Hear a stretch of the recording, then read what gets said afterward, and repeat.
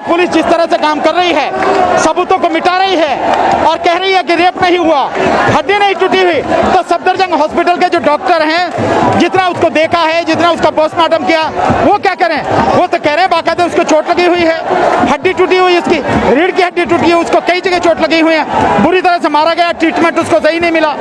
आप इसे कैसे झुठला दोगे? और अगर मैं ये कहूँ कि मनीषा की चिता की आग अभी ठंडी भी नहीं हुई थी, उसके तुरंत बाद ही बलरामपुर में हुआ, बुलंदशहर में हुआ, आजमगढ़ में हुआ, तो और भदोई में हुआ, ये सारे के सारे कांड हुए हैं। तो ये कांड लगातार हो रहे हैं, केवल एक मनीषा की बात नहीं है। हाँ, मनीषा को जिस तरह से उसका गैंगरेप किया गया और जिस तरह से उन अपराधियों ने मारा है, जिस मतलब घिनौने तरीके से उसकी हत्या की, उसके साथ में गैंगरेप करने के बाद उसकी जीभ काटी, उसकी गर्दन तोड़ी, उसकी रीढ़ की हड्डी तोड़ दी गई, ये सब जो हुआ है ये बहुत ही जघन्य अपराध है और इसकी सजा कड़ी से कड़ी होनी चाहिए और वो मिलनी भी चाहिए उनको।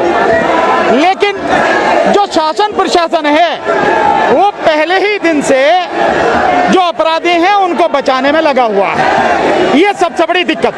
डीएम ने तो बहुत बड़ा अपराध किया ही है कि डीएम वहां जाके धमका रहा है, जबकि डीएम का काम होना चाहिए कि परिवार को किसी भी तरह की दिक्कत हो, कहीं से भी उसकी धमकी हो, कोई भी उसको सहायता चाहिए, वो डीएम को उसे उपलब्ध करानी चाहिए। उसके जिले का मामला है, ये उसकी जिम्मेदारी है। लेकिन जब डीएम ही धमका रहा है तो आप समझ सकते हैं कि शासन और प्रशासन किस तरह से मिले हुए हैं और अपराधियों को किस तरह से बचाने का काम कर रहे हैं। और केवल डीएम की बात नहीं है, एसपी एसएसपी ने बोला, एडीजीपी ने बोला कि गैंगरेप नहीं हुआ।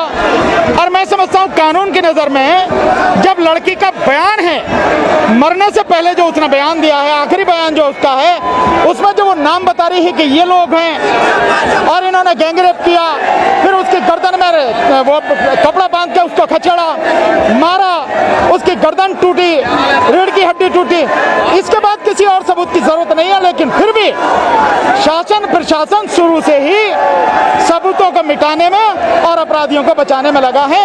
ये है गंभीर परिस्थिति।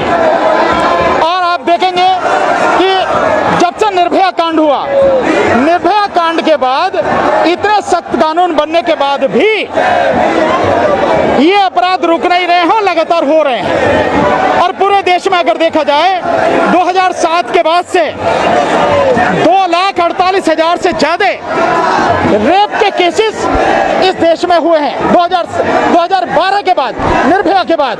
तो ये जो सारी चीजें हो रही हैं, रुक नहीं रहे हैं, इसका मतलब साफ है कि कानून चाहे जो बना लो आप, कितना बढ़िया कितना कड़ा बना लो, लेकिन उसको लागू करने वाली पुलिस और प्रशासन अगर वो गुंडों को बचाने के लिए काम कर रहा है तो कानून कुछ भी बना लो उससे कोई फर्क पड़ता नहीं है। और इस केस में यही सारी चीजें सामने आ रही हैं। जितने भी पुलिस के अधिकारी इसमें शामिल हैं शुरू से लेकर अब तक, चाहे वो थाने के लोग हो, एसआई हो, एसओ हो, सीओ हो, एसपी हो, एसएसपी हो, डीएम हो, और जितने भी पुलिस के अधिकारी हैं, छोटा या बड़ा, जिन्होंने शुरू से लेकर उसकी एफआईआर नहीं लिखी, उसको हॉस्पिटल नहीं ले जाया, मेडिकल पे जो ट्रीटमेंट था वो दिलाना चाहिए था वो नहीं दिलवाया, और जिस तरह से वो सबूतों को नकार रहे हैं, मिटाने की कोशिश कर रहे हैं, जितने भी लोग इसमें शामिल हैं कि बिना परिवार को उसका शरीर दिए हुए लड़की का,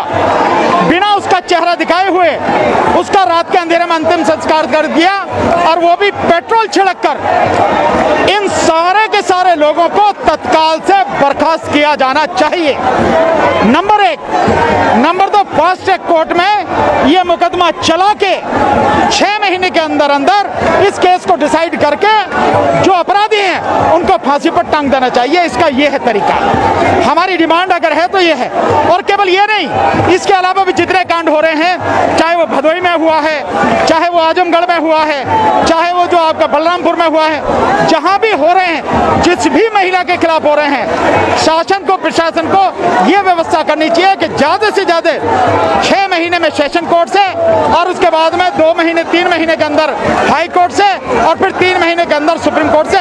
1 साल में पूरा प्रोसीजर खत्म होके इसका फैसला हो जाना चाहिए। ये सारा का सारा होना चाहिए। हमारी डिमांड ये शासन और प्रशासन की तानाशाही है। भाई लोगों को आप मिलने क्यों नहीं दे रहे हैं? परिवार के लोगों से मिलने देने में आपको क्या दिक्कत है? आपको किस बात का डर है? कौन सा डर आपको सता रहा है? आखिर जो भी लोग जा रहे हैं वो उनसे सहानुभूति रखते हुए उनसे मिलने ही तो जा रहे हैं, तो क्यों नहीं मिलने दे रही?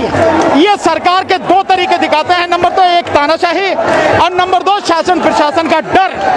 और मैं समझता हूँ जितनी भीड़ यहाँ पर है आज, जितने लोग यहाँ जंतर मंतर पर इस समय इकट्ठा हैं, ये इस बात को सिद्ध करते हैं कि पूरे देश में इन सारी घटनाओं को लेके, विशेषकर हाथरस की इन घटनाओं को लेके जबरदस्त रोष का माहौल है। पब्लिक का गुस्सा बहुत उबाल पर है, और शासन और प्रशासन को बहुत तरीके से ईमानदारी से काम करना चाहिए, ताकि, और जैसे मैंने बताया, फास्ट ट्रैक कोर्ट में मुकदमा चला के जल्दी से जल्दी पूरे सबूतों के साथ इन्वेस्टिगेशन कंप्लीट करके चार्जशीट फाइल करके इस मुकदमे का फैसला करना चाहिए। तो जब शासन और प्रशासन में बैठे हुए लोग आपराधिक छवि के होंगे, अगर आप देखें तो एमएलए इस देश में लगभग 5,500 जो एमएलए हैं और एमएलसी हैं, उनमें 1,500 से ज्यादा जो हैं वो हैं जिन पे मुकदमे चल रहे हैं, जो आपराधिक छवि के लोग हैं। अगर आप पार्लियामेंट में देख लें तो 234 एमपी ऐसे हैं जिनके ऊपर आपराधिक मुकदमे हैं। तो जब सरकार में, विधानसभा में, संसद में ऐसे लोग बैठे होंगे, तो आप कैसे उम्मीद कर सकते हैं कि वो गुंडों को नहीं बचाएंगे या गुंडों के खिलाफ कोई कार्रवाई करेंगे? संभव ही नहीं है। वो तो जिस प्रवृत्ति के हैं, जैसा उनका अपना ढंग है, उसी तरह के लोगों को बचाएंगे।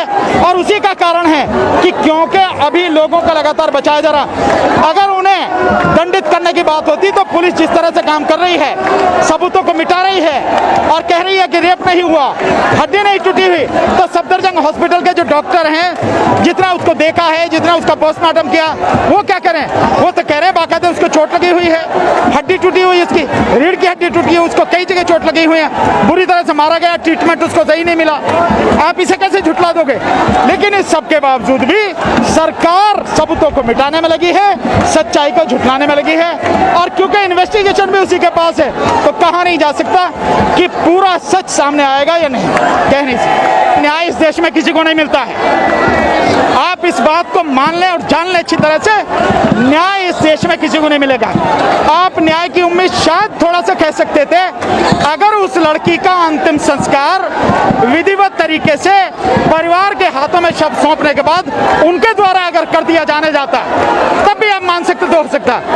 अंतिम संस्कार जिसका रात के अंधेरे में पेट्रोल डाल के किया गया हो, परिवार को शक्ल भी ना देखने दी गई हो, आप ये नहीं कह सकते कि जिसको जलाया है, जिसका अंतिम संस्कार किया है, वो मनीषा ही है या कोई और, आप नहीं कह सकते। जब एक पत्रकार ने वहां पुलिस वाले से पूछा, बार बार पूछा, तो उसने कहा मुझे पता नहीं किसको जलाया जा रहा है। ये स्थिति वहां पर है, तो न्याय कैसे मिलेगा आपको? न्याय कभी यहाँ किसी को नहीं मिलता है। फैसला जैसा भी आए वो एक अलग बात।